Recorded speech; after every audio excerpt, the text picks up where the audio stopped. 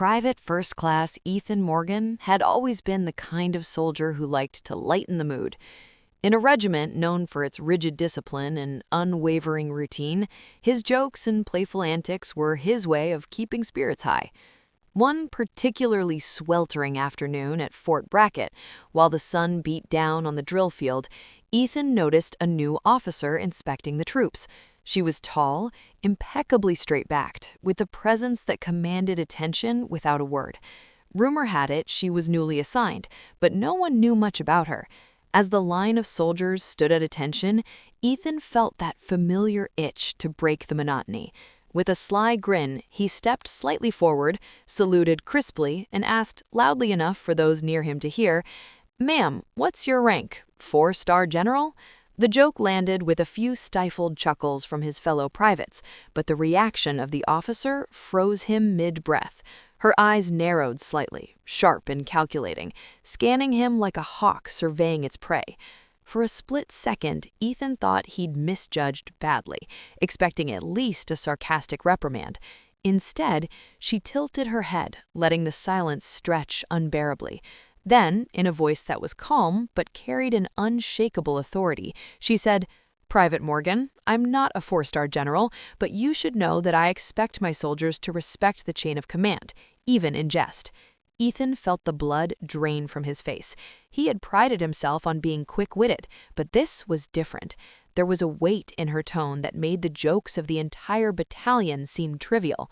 As she continued down the line, inspecting every soldier with that piercing gaze, Ethan tried to shrink into the shadows of his uniform. He could feel his knees trembling ever so slightly and a lump forming in his throat. For the first time in his military career, he realized that humor had its limits, and some limits were set by those who carried real power.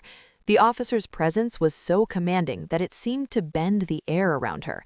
Soldiers who had previously teased each other now stood straighter, sharper, more disciplined, almost as if her very gaze had reprogrammed them.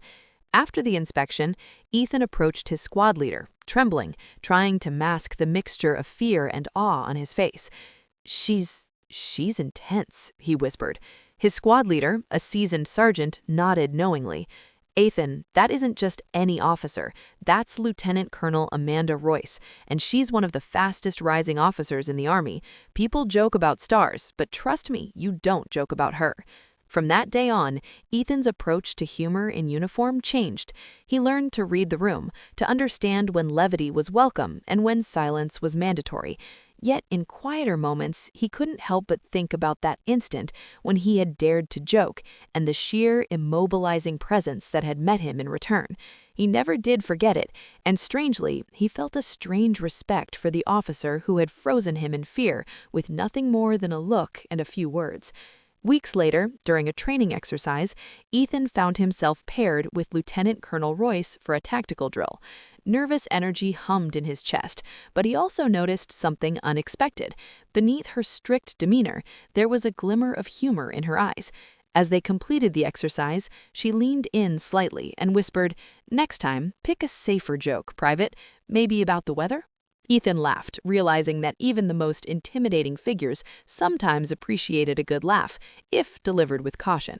From then on, Ethan's reputation transformed. He was still the squad's humorist, but he had learned that true respect often comes first, and that some jokes could awaken a fear so profound it became unforgettable. Every time he saluted Lieutenant Colonel Royce, he couldn't help but smile, remembering the day a joking question about stars had left him frozen in awe. It was a lesson in humility, respect, and the subtle power that some leaders possess, power that no joke could ever diminish.